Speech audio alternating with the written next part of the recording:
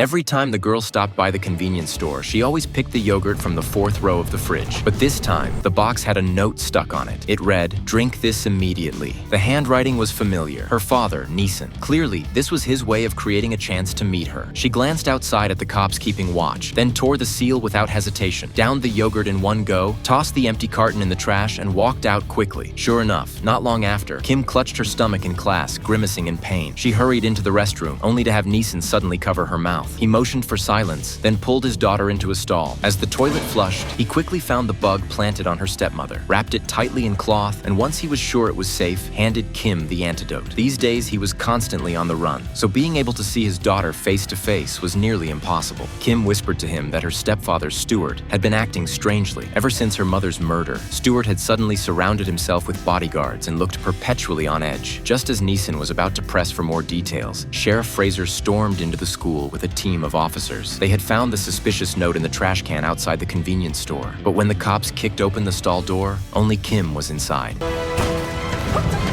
Excuse me?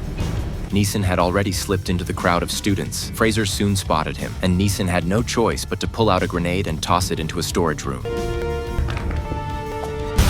The deafening blast set off the fire alarm, filling the building with smoke and panic. In the chaos, Fraser could do nothing but watch Neeson escape once again. Determined to uncover the truth, Neeson began tailing Stuart in secret, but he never imagined he'd become the hunted. Focused on his target ahead, he didn't notice the SUV charging at him from behind. The ambush was brutal and sudden. Neeson tried to speed away, but his vehicle was outmatched. The SUV rammed him relentlessly until finally slamming him, car and all, off a cliff.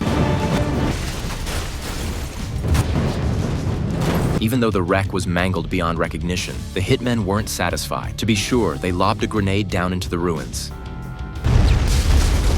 The explosion turned the car into a fireball. Convinced Neeson was dead, the two killers drove off. But minutes later, a lone figure crawled back up to the highway. At the exact moment his car went over the cliff, Neeson had unbuckled his seatbelt and leapt free. Now, alive and breathing, he flagged down a passing car and set out after the assassins, ready to extract answers by force.